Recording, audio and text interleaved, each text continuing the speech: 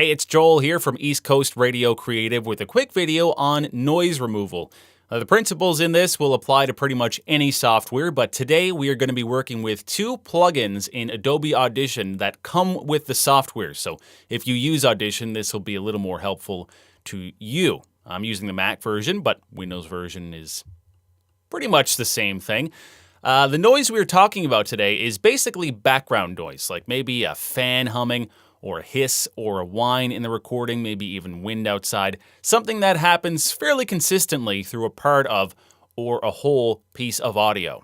You may need to use this if you have a piece of audio recorded that has a lot of noise in the background and now you're trying to clean it up, or even if you do voiceovers at home and you don't have the quietest room, there may be some noise in the background that you can easily take out, even if it doesn't seem to be a serious issue.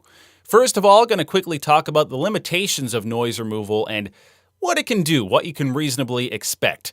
If the noise is too loud, we may be able to improve it, but it's not going to be perfect, okay? We need enough of the desired signal. In this case, today it's going to be a voice. We need enough of that there that it can be left and heard after the noise removal process. If it's all noise in your recording to begin with and a little bit of muffled voice, well, there's just nothing in the recording that is going to be left over. It's taken over by noise. And the more consistent it is as well, that's good for this type of process. If you've got something that happens every few seconds, some kind of knocking sound maybe, you might need to go a manual route for that. But what we're doing here today is using a plugin to remove a noise that may exist right through the entire thing, and the more consistent it is, the better.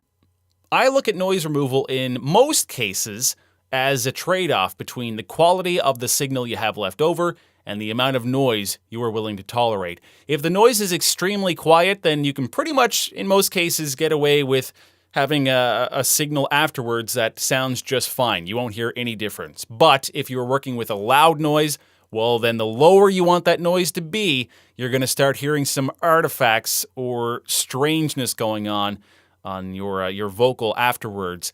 That is a result of the noise reduction plugin trying to take out the noise, okay? It's not perfect.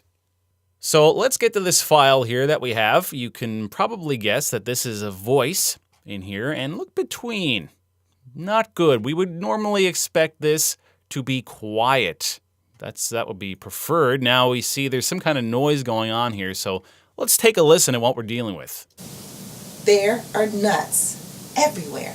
Okay, so not a good recording. You can hear there's a bit of room echo in there as well, but besides that, we've got this hiss. That's not really acceptable for any respectable quality production. So is there anything we can do about this? Well, yes, there is. Audition happens to come with a built-in plugin, a few actually, that can help tackle noise, but the most common one you could say is the noise reduction process. So let's pop that up. May look a little confusing at first, but it's not that bad. You don't need any of these advanced controls down here. We're going to deal with the stuff up here. And the way this plugin works is you teach it what is noise for this particular project. What do we want to identify and remove, okay? Without doing that, it won't know. And that is where this comes in handy, having a nice piece of noise to teach it with. So if you're ever doing voiceover or location recording, anything like that, always try to get a nice bit of recording here without any vocal over it, because you can't train it off the vocal. If you tell it the vocal is the problem, then it's going to reduce the vocal in the whole thing, which is bad. We just need noise only to teach it with. So we've got a nice piece of that here. You highlight a section that you want to work with, and then use Capture Noise Print. And this is teaching it that this is our noise. So that's essentially what's being displayed up here.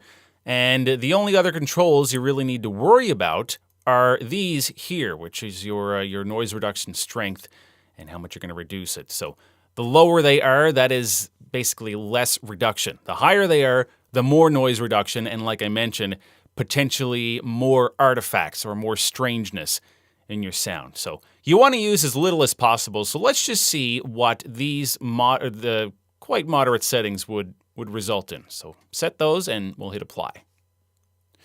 Didn't do that much for us. There are nuts. I think we could probably we can get away with a little more. So I'm going to undo what we just did and use the keyboard shortcut to get this up again. Let's just set both of these to around half and see what happens now. Okay, so that's looking a little better. We've We've severely reduced the noise, and now let's see how the vocal's sounding. There are nuts everywhere. And I will go. Okay, so the voice isn't bad, but you can hear on the noise, see, it's kind of watery sounding. There are nuts everywhere. A little unnatural, but it may work for you. Let's just see what would happen if we increased it even more. I'm going to undo that again, go back, and let's crank our controls up here almost as high as they go and see what that does for us. Okay, so now we've got a nice, clean-looking file here. The noise is pretty much gone, but did we get any artifacts on the voice now? How does that sound? There are nuts everywhere. And I will go crazy if I... Okay, so you can hear a little bit of a strange sound in between, which you could probably mute if you wanted, depending on the project.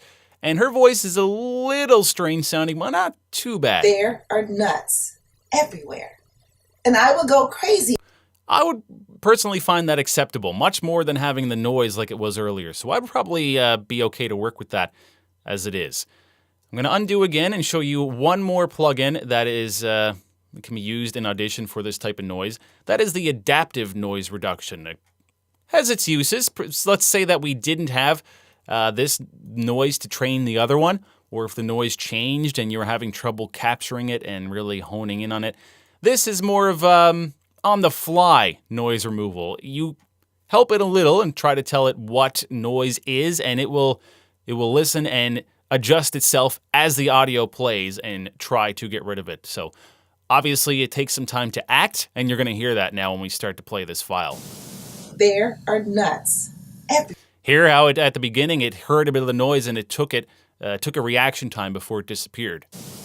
There are nuts everywhere. And I will go crazy if I... So it's not doing a bad job, but you may hear it evolve throughout as things happen and it may get fooled, but can be good in some cases. And another one, while we're at it, why not? Hiss reduction. Now this is not exactly a hiss, so it doesn't work perfectly. There are... See, the light setting is hardly doing anything for us. Heavy. There are nuts everywhere. So yeah, that's a little severe for a hiss, but there are plenty of ways in Audition to try and remove noise.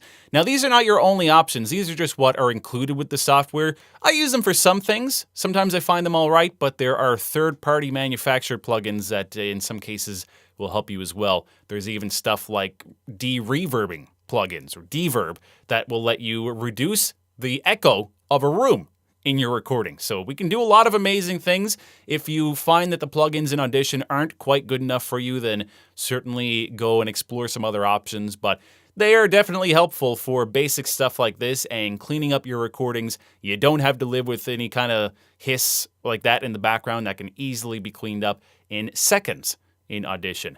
If you need any more help, let me know. Subscribe for more videos like this, and if we can be of any assistance to you here at East Coast Radio Creative, please get in touch. Thanks for watching.